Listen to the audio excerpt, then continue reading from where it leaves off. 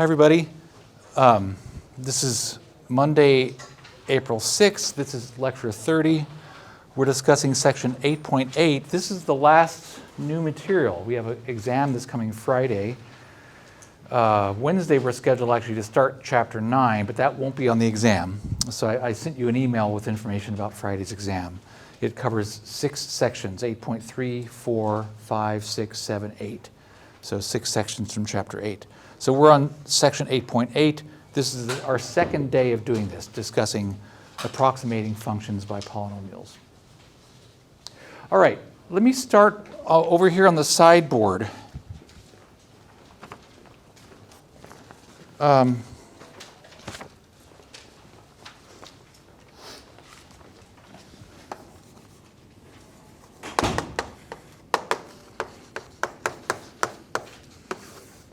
So examples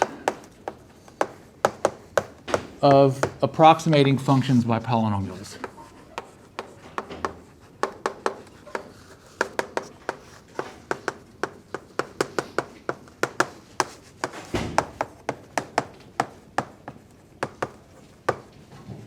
So example 1 is going to be the function f of x equals e to the x. And we have its Maclaurin series, 1 plus x squared over 2 factorial plus x cubed over 3 factorial, and so forth. That's the whole Maclaurin series.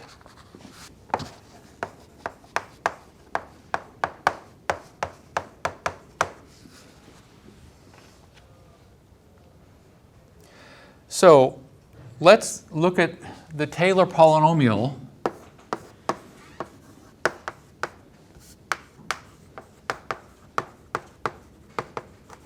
at a equals 0. So remember that the Taylor polynomials, let me go back over here, a Taylor polynomial,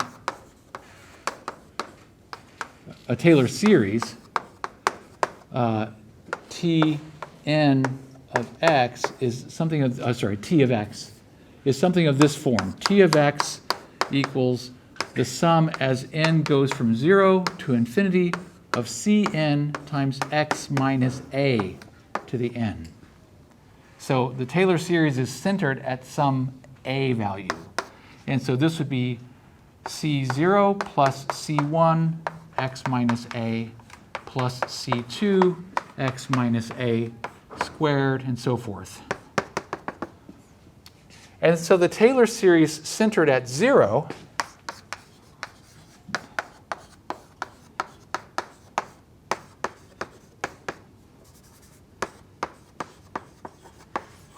centered at a equals 0 is just the Maclaurin series.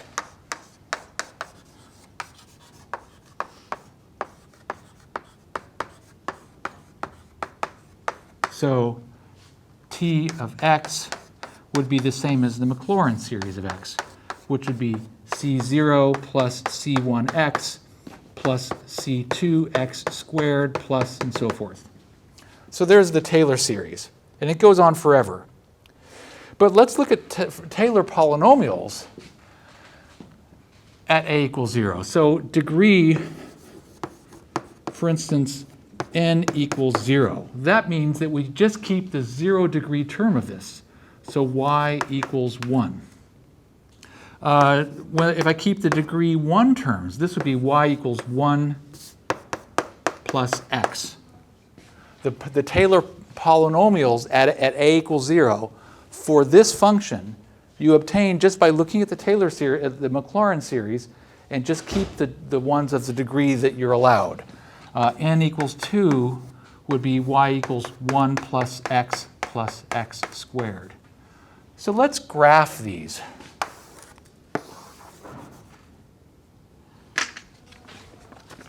Look at my colored chalk. Should that x squared be over 2 factorial? Yeah. Thanks.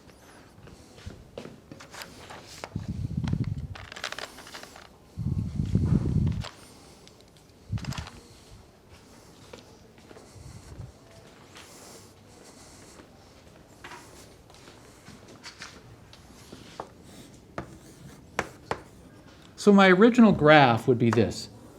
Y equals e to the x. Now let's graph y equals 1. That would be this horizontal line.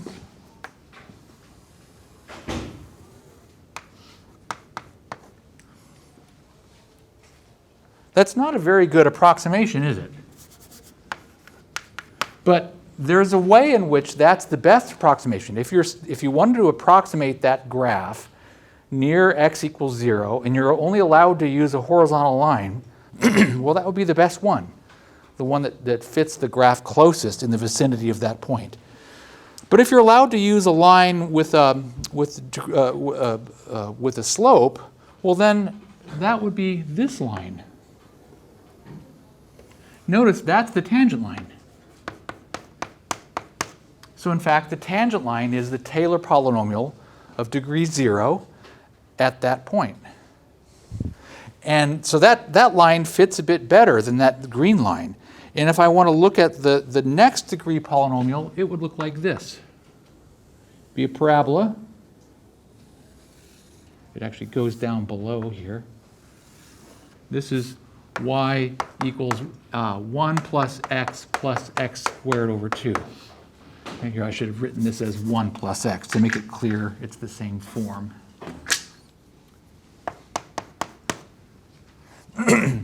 So the approximation that e to the x is roughly equal to 1 plus x, that's a pretty famous approximation.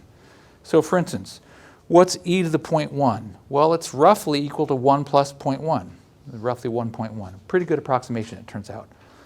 It doesn't work very long, though. Like, what's e to the 10th? Well, is e to the 10th roughly equal to 1 plus 10? No. I mean, e to the 10 is an enormous number, whereas 1 plus 10 is just the number 11. So the approximation is pretty bad when you get very far from that point. But that's a famous approximation, that e to the x is roughly equal to 1 plus x for x is very close to 0.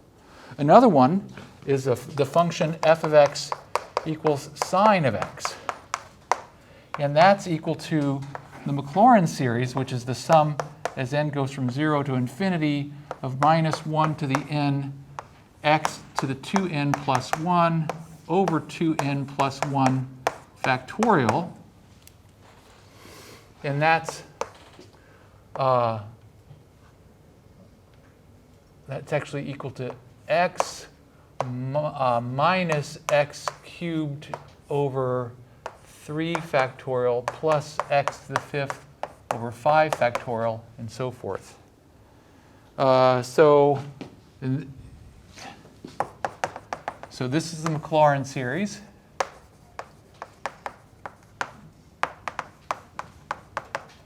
So Taylor polynomial at a equals 0, well, with degree n equals 0, the Taylor polynomial would be y equals 0, because there is no, the x to the 0 power term, that would be the constant term, is the number 0. The degree 1 approximation would be you keep up to degree 1. So that's a famous approximation. Y of x is pretty close to x when x is very small. So, sine of x is pretty close to x. So when x is 0.1 radians, sine of 0.1 radians is about 0.1. It's a pretty good approximation. The approximation is not very good farther away. For instance, what's the sine of 10? Well, is it roughly equal to 10? No. I mean, the sine of x never gets bigger than 1. So that's a pretty lousy approximation when you get far from 0. But sine of x roughly being equal to x, that's pretty good, close to x equals 0. What if I up it by 1 degree? What's the second degree Taylor polynomial? Well, if you look at this Maclaurin series, the degree 2 term has a coefficient of 0. It's actually missing. So the Taylor polynomial of degree 2 is actually still just y equals x. You don't put in a second degree term. So if I look at these on a graph, here's the graph of sine of x. So, oh, I should have done this in white, my original graph in white.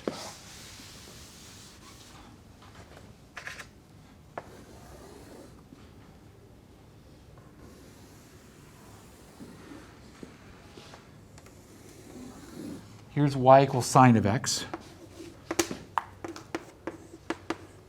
So that degree 0 Taylor polynomial would be this horizontal line, y equals 0. That's a pretty lousy approximation, but if you had to choose a horizontal line, the best you could do near x equals 0, you'd want to use that green one because the y values are pretty close to 0. But if I increase my degree by 1, look at the Taylor polynomial of degree 1, that's this one, y equals x. And that line, that's a line which is the line that's tangent at y equals 0. So this is the line y equals x. And that's also the same as the second degree Taylor polynomial. Okay, so that's the idea of approximating functions by polynomials. So you've seen this before. Okay, part 2 is an abstract example. Let me get my chalk over here.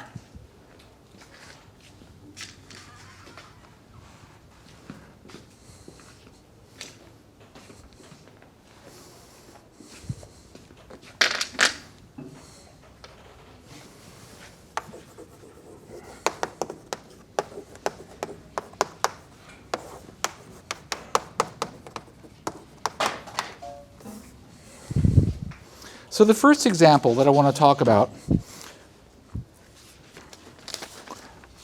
oh, Gabriel, pause that. Or just stop that. I'm going to quickly check attendance.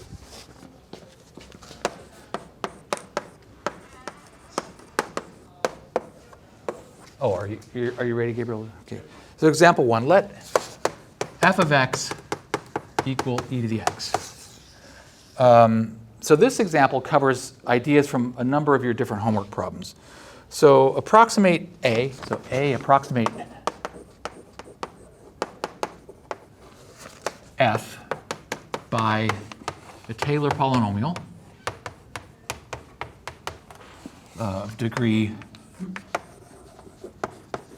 n equals 1 at a equals 0. Okay, well, we've done that. That's what I talked about over there on the sideboard. So T1 of x is 1 plus x. So these are this is the start of the Maclaurin series.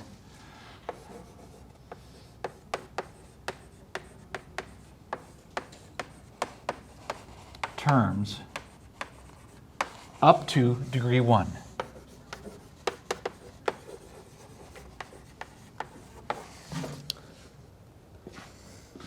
Okay. B.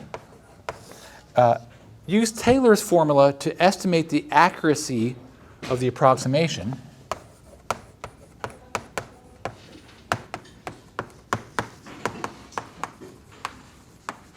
So Taylor's formula, remember, in my handout is abbreviated TF. To approximate, to estimate the accuracy of the approximation,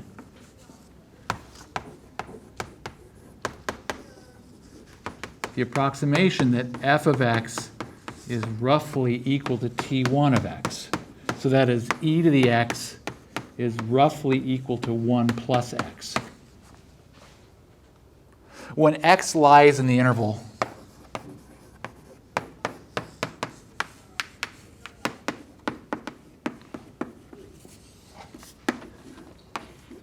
I equals negative 0.1, comma 0.1.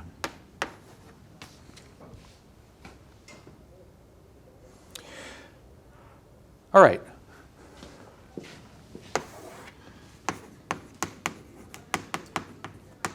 Well, first of all, I want to observe the form of this problem.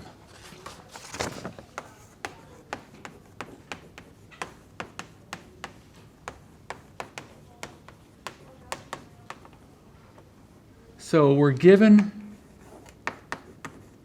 the function f, we're given the value of a, we're given the degree n, and we're given the interval I.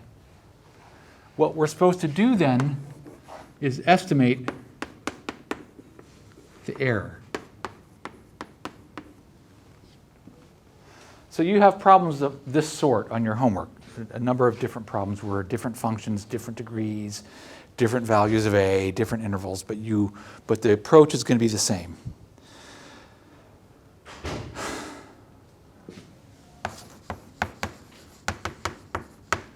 All right.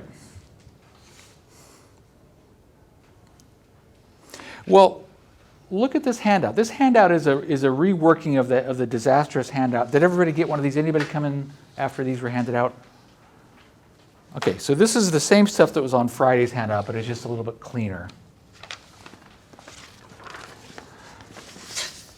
We're going to use the bottom row of this table for Taylor's formula. Oh, it looks like oh, this is frustrating. It looks like my printer printed every other page upside down. Okay, so from the handout, we'll use this. Rn, the absolute value of that error, is less than or equal to, well, this. I have to find the bound of this stuff. I have to do the n plus first derivative, evaluated at some z with z in that interval. So I have to find a bound that is a number that's known to be bigger than any of those. And then and that should be absolute value of that. And then I have to multiply by the bound of this set. The bound of these things, t minus a, absolute value, raised to the n plus 1 with t, the number t in the interval. And then I have to divide by n plus 1 factorial. Okay, well, in our problem, first of all, the number a is 0.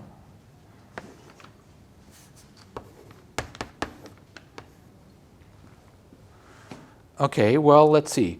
N is the number 2. I'm sorry, n is the number 1. So n plus 1 is the number 2.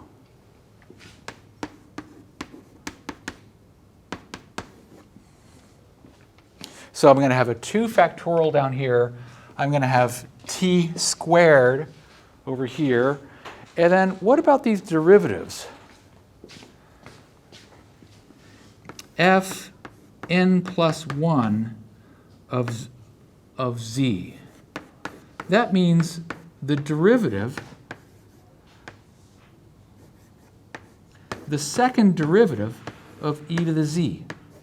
What's the second derivative of e to the z? E to the z. So when I do all those things, that means that what I'm going to be doing is computing the bound of the value of e to the z, absolute value, with z in the interval. And then I have to find the bound on the value of t squared with t in the interval. And then I have to divide by 2 factorial, which is the number 2. Okay, what's the biggest that e to the z can get when z is in that interval? Our interval I is given over there. It's negative 0.1 to 0.1. What's the biggest that e to the z absolute value can be in that set?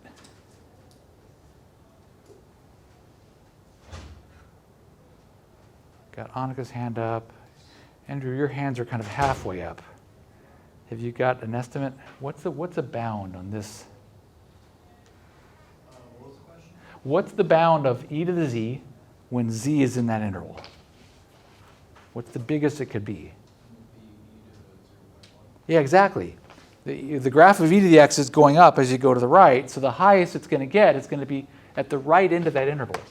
E to the 0.1. Somebody else, what's the bound on t squared when t is in that interval? Jace? 0.1 squared. So then divided by 2. So let's type that into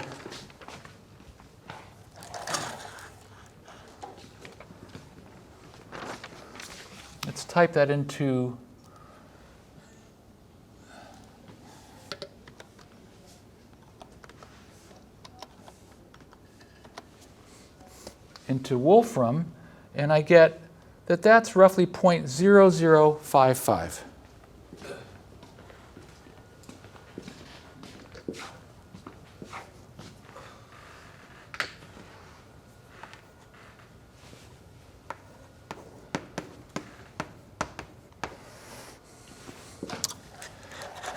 So in that whole interval, that's the worst. The approximation is always within that bound. Now, you have a question on your homeworks, which is kind of confusing.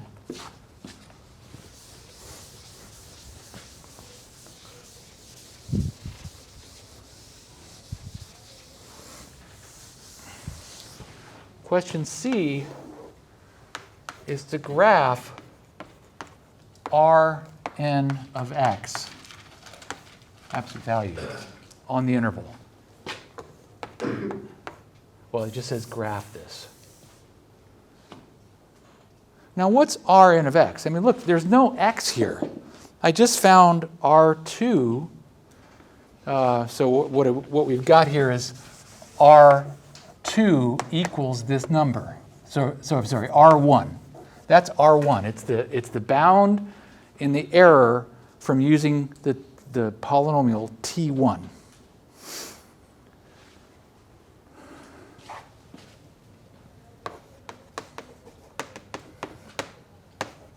We have to graph R1 of x.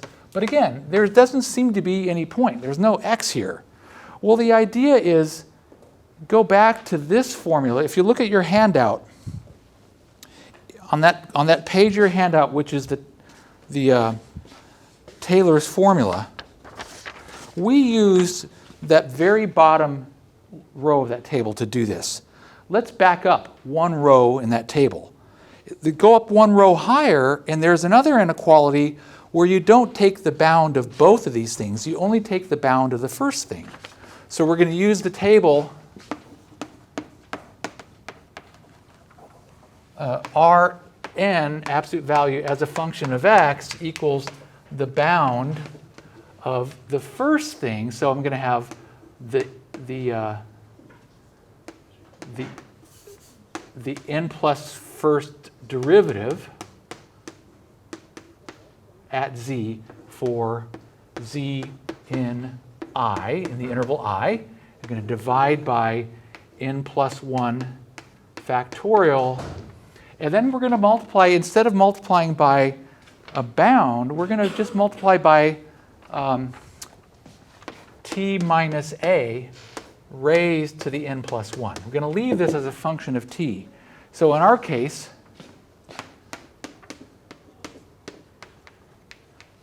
R1 of x is, well, I'm going to go through all this stuff, and I'm going to get to e to the 0.1 over 2. But then instead of being multiplied by 0.1 squared, it's just going to be multiplied by x squared. That's a function of x. So I can graph that baby. So let's see how that looks.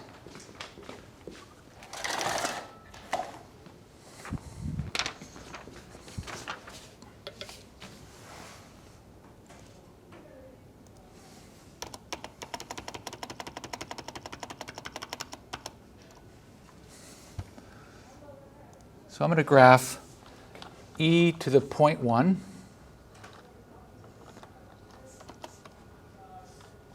divided by 2 times x squared. Now, this is not a very useful graph because we need to restrict ourselves to our interval. So our interval is going to be from x equals minus 0.1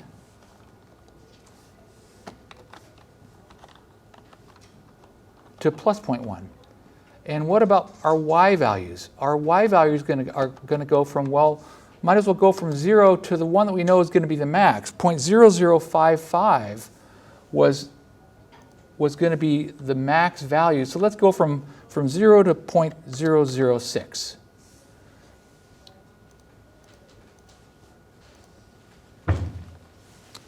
So there we go. There's a graph of our error. And you can see that at the very edge of this interval, that value is 0.0055.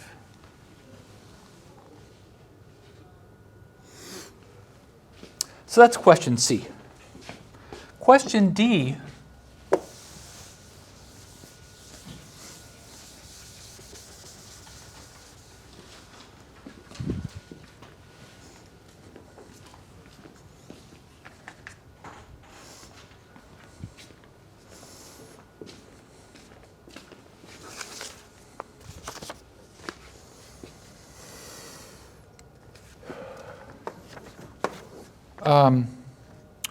The goal is to use a Taylor polynomial with some n high enough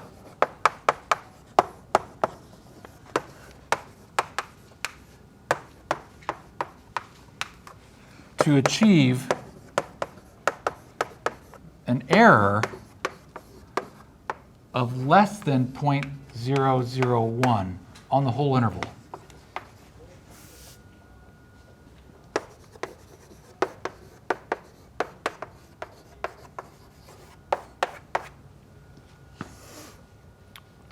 So find an n that's big enough. Find the smallest n that will work.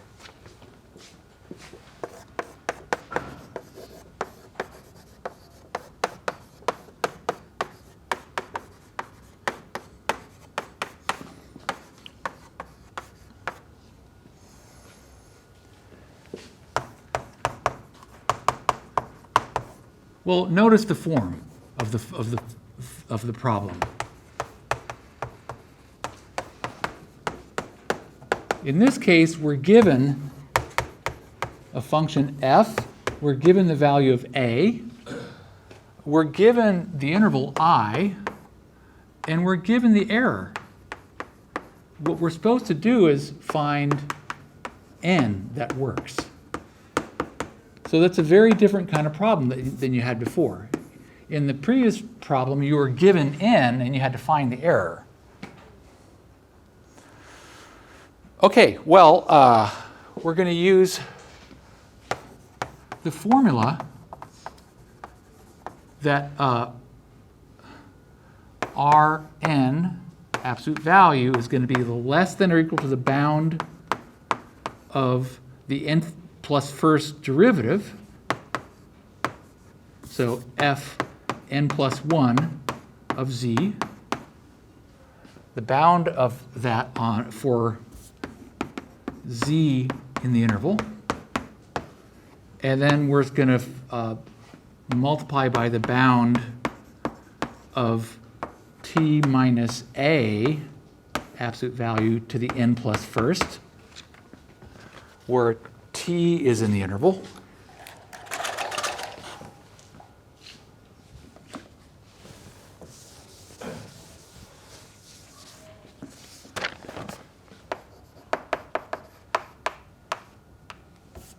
With t in the interval. And then we're going to divide by n factorial.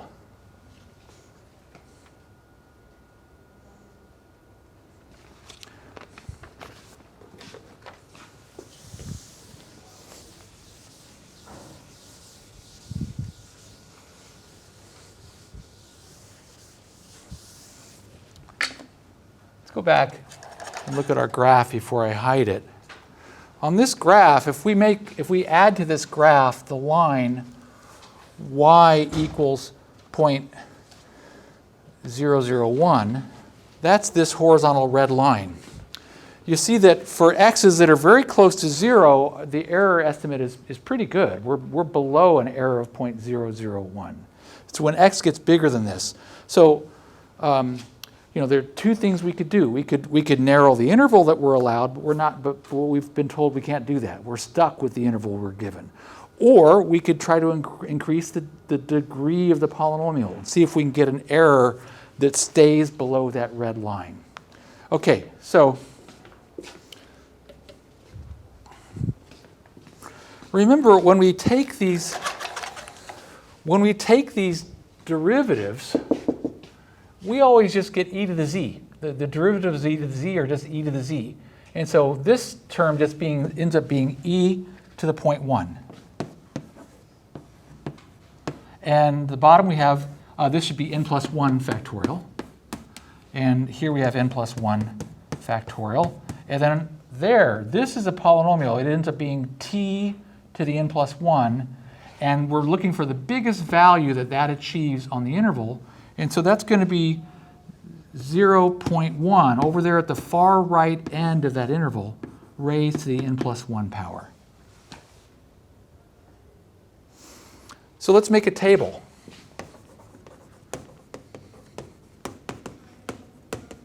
Let's do n, and let's do Rn.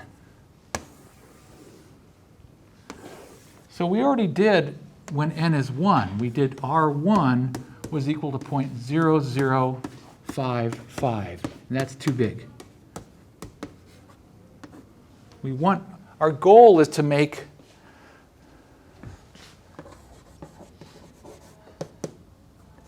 find n so that the absolute value of Rn is less than 0.001. So our value of R1 is not good enough. So let's up the value of n. In other words, you consider using a Taylor polynomial of degree 2. Well, then our R2 would be, well, I would do still e to the 0.1. And instead of 2 factorial on the bottom, I would have 3 factorial. And instead of having 0.1 squared, I'd have 0.1 cubed.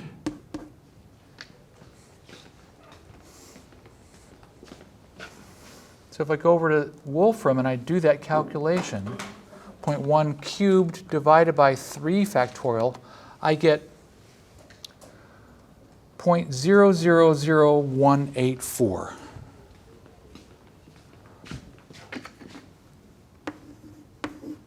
.000184. This is less than 0.1.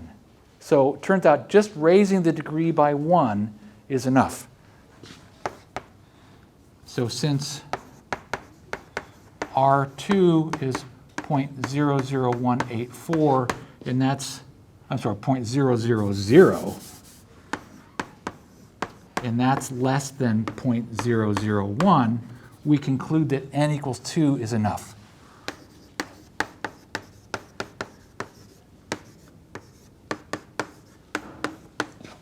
So n equals 2 is high enough.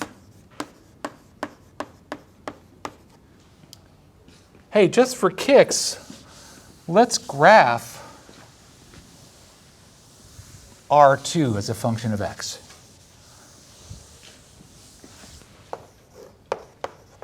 So the absolute value of R2 as a function of x, that's going to be e to the 0.1 divided by 3 factorial, and then x, absolute value of x, cubed.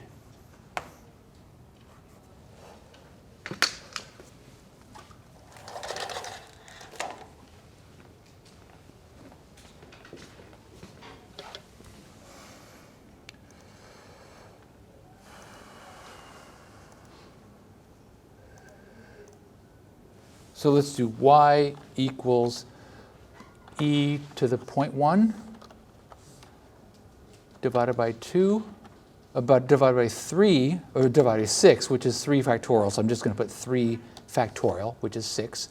And then times x, the absolute value of x cubed. Look at that. Our teal-colored graph is way better than we were required to get, but it's the only thing we could do. We just up the degree by 1, and that's what we get. So we have f of x is roughly equal to t2 of x, and so that's e to the x is roughly equal to 1 plus x squared over 2. So remember I said over there that the approximation that e to the x is just equal to 1 plus x, that's a very common approximation that a lot of people know. This one's a bit better. You have to do more work though. You know, what's e to the 0.1? Well, it's going to be roughly 1 plus 0.1 plus 0.1 squared over 2. That's a bit more work, but the approximation is going to be much better. Okay.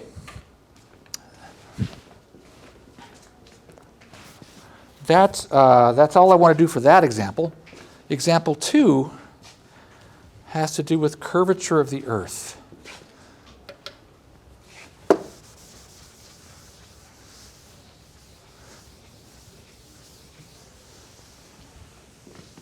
Now, the book, this is actually a homework problem, but the book really does not do a very good job of explaining it, and also it's not a really realistic, or not really realistic numbers.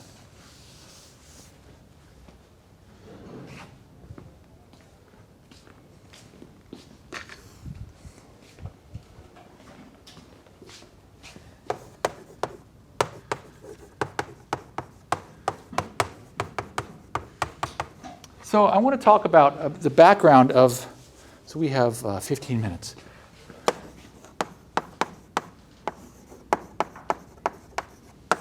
So a surveyor measuring, this S-U-R-V-E-Y-O-R, measuring elevation.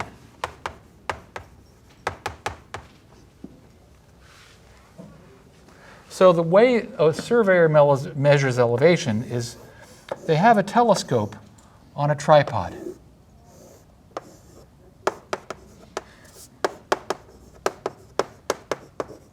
It's called a level because the idea is that it's set up perfectly level. And suppose that this person here is at sea level, and they're holding a yardstick,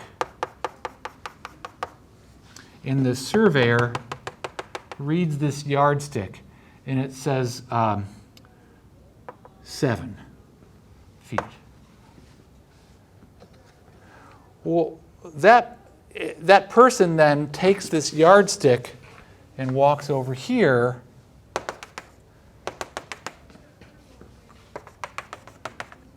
and what the surveyor sees through their telescope is 3 feet.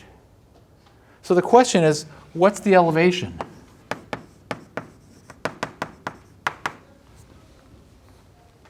Of that point on the ground?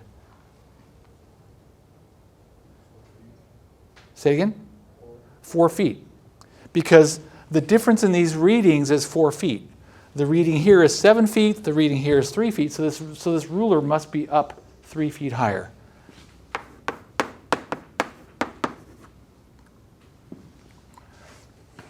So that's all fine and dandy. Actually, I've done this. I had a summer job working on a survey crew, and there's a real pecking order, so I never got to touch the damn level. I just had to be out there holding my yardstick in the Kansas sun, where 30 days in a row, July, every day, over 100 degrees. But don't worry, I'm okay. So this is the way it's done. You measure elevation, and now you can imagine it's tricky to get a telescope that you really know is level. I mean, you use a little bubble and it's going to be cheesy. It's not really going to be level. So maybe the surveyor's level is going to say these are both. You know, if the telescope is pointing up a little bit, it's going to get a wrong reading. So typically, what's done is you put a yardstick on some place with known elevation, and then you swing it around to some other place over here that's also got known elevation that's supposed to be the same height. And if they don't read the same, then you know you got to adjust the level until they do read the same. So that's the idea of the surveyor measuring elevation.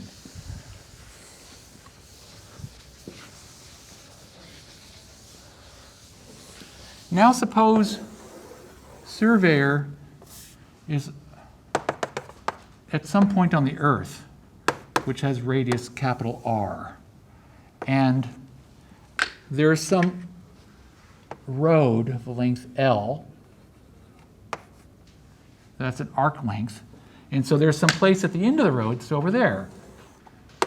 Suppose that's the picture. And suppose that surveyor does that technique. Well, you can see that if the person is standing over there with that yardstick, the surveyor is going to see that this is going to be, the surveyor's telescope is going to tell him that that point is going to be below sea level, because apparently it's a distance c lower. But it's a bad reading, because the only reason that this yardstick is making this place look like it's below sea level is because the Earth curves. So this c is what's called the correction. You'd have to put the yardstick here and take a reading and then account for the fact that, okay, everything's going to be off by a number c because of the curvature of the Earth. So the question is, find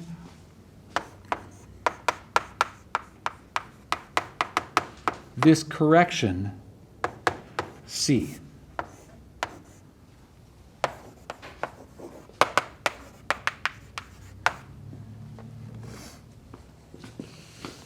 So I love this problem because it's about geometry, which is what I studied a lot and teach a lot.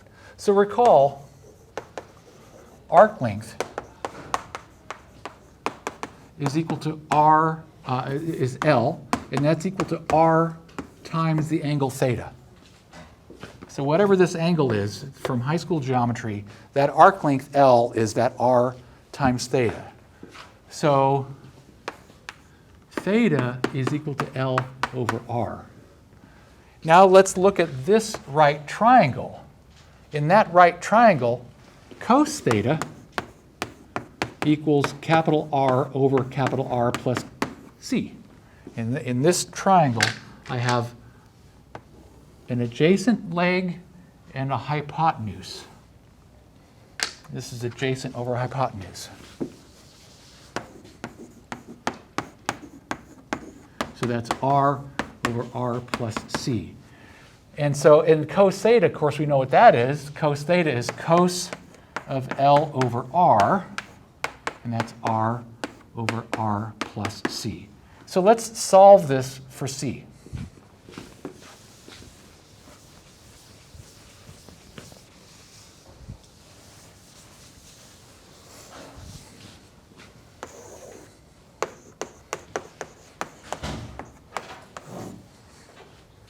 So I get, if I cross multiply, I get r plus c equals r over cos of L over r. And that's just the same as r secant of L over r. That's an L. Now let's subtract r from both sides. So I get c equals r secant of L over r minus r. Let's factor out a factor of r.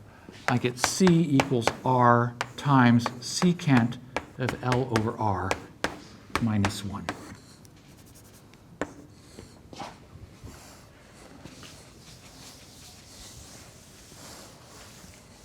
So let's do an example. Let's say a 50-kilometer road.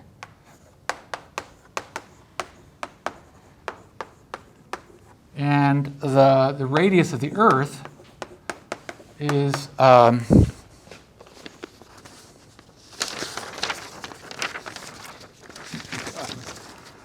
6370 kilometers. So then C is going to be 6370 times the secant of 50 over 6370 minus 1. Let's type that into the computer.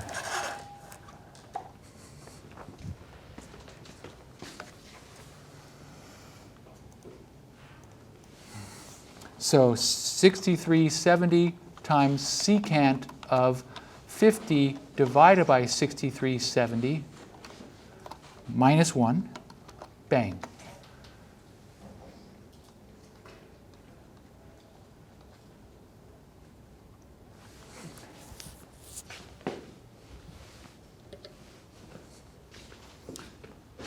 .196 kilometers.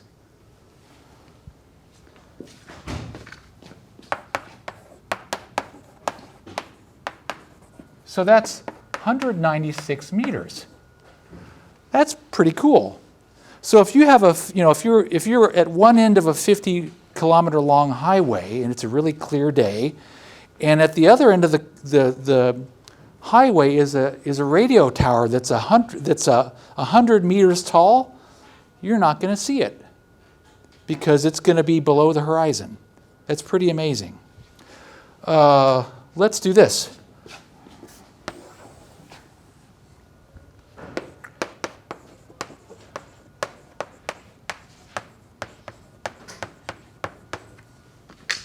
Let's look at an Amazon warehouse on Google Maps.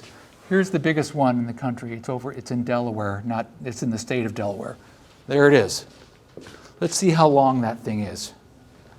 Let's drop a pin there and get directions from there to here.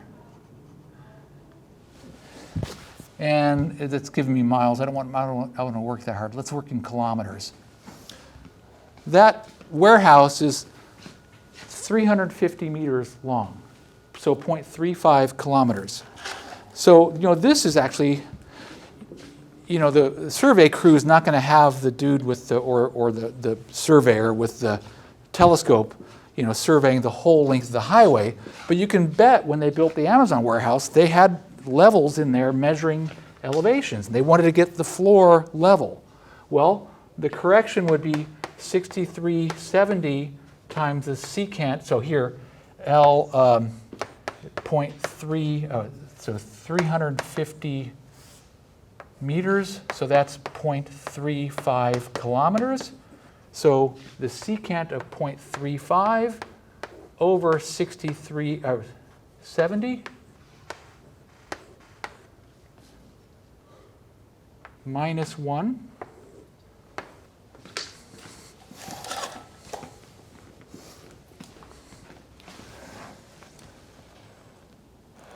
So I change my number. Instead of 50, I have 0.35. And see what I get.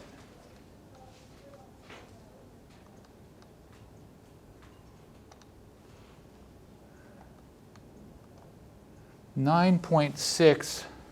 So it's roughly, oops.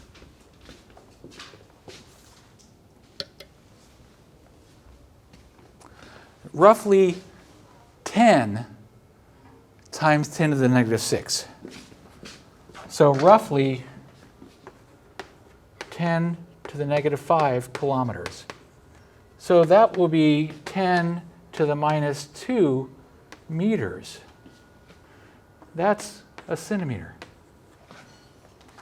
So when the surveyor is building that Amazon warehouse and they've got their level, and they're trying to make that floor level, they have to account for the fact that what looks like the far end of the floor being a centimeter lower is actually perfect. That means that the floor is actually level. So that's a distance that you can measure. I mean, really, in building a building these days, that would be considered, that much fluctuation would be okay anyway. Now, what I want to do in the final minutes is to get an approximation.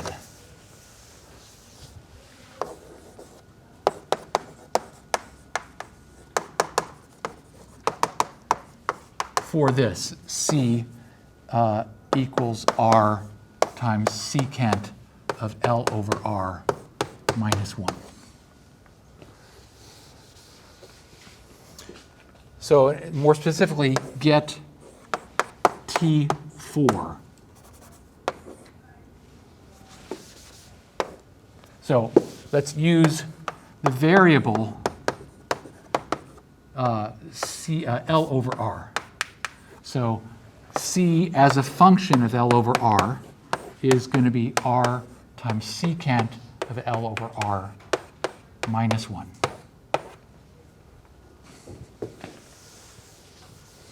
Well, I'm just going to leave this as C. So a Maclaurin series for secant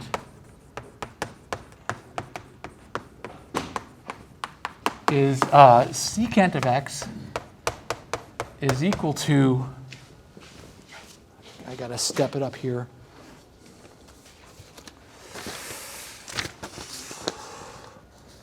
Maclaurin series is 1 plus x squared over 2 plus 5 over 24 x to the fourth, and so forth. So the Maclaurin series of degree 4 would be 1 plus 1/2 x squared plus 5 over 24th x to the fourth. You just leave out those terms. So that would be what we would use. So put that into the formula. In the formula, using the variable L over R, we get M4 as a function of L over R. So secant of L over R is going to be roughly approximated by M4, the fourth degree Maclaurin polynomial. So it would just be those first three terms, 1 plus 1/2 L over R squared plus 5 over 24 L over R to the fourth. Now I'm going to put that baby into that formula.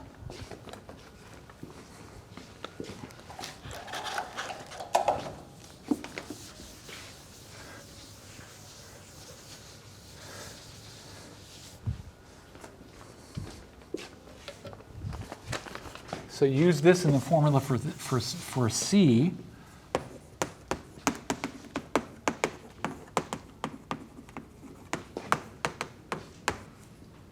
So C, again, is R times secant of L over R minus 1. And that's going to be approximately R times that thing. So 1 plus 1/2 L over R squared plus 5 over 24 L over R to the fourth. That's what we're going to use as our approximation to secant, and then we're supposed to subtract 1. Oh, but when we subtract 1, those 1's have a 1 party, and they cancel. So we end up with R times 1/2 L squared over R squared plus 5 over 24 L to the fourth over R to the fourth. The reason I'm breaking those things up is I want to bring that R in. 1/2 times L squared over R, just 1 degree, 1 power, plus 5 over 24ths L to the fourth over R cubed. So that's our approximation. C is approximately equal to that. Now the interesting thing is, we're out of time now, I don't want to keep you late, but if I plug in the numbers, it's the numbers that I just used, the Amazon warehouse or a 50-kilometer road, the approximate value of C is so close, it's way down in the noise that this is not exact. But if you looked at, say, maybe a 1,000-kilometer road, these might give you different values. All right, so So again, you have a homework problem involving this. The numbers, again, are not interesting, and I found the book's presentation really confusing. So I hope this helps. Let me